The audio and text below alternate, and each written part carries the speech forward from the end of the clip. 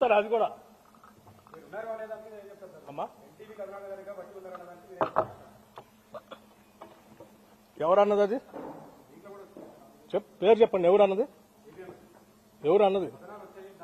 ఎవరు రాసింది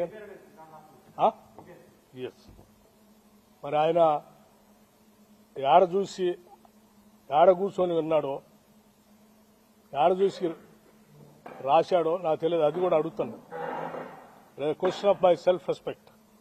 నేనేం గాలికి రాలేదాకా 40 సంవత్సరాలు సభలో సభ బయట పోరాటం చేస్తూ ఈ సమాజం కోసం అడ్డంగా నిలబడి పోరాటం చేస్తుంటుంటాడు.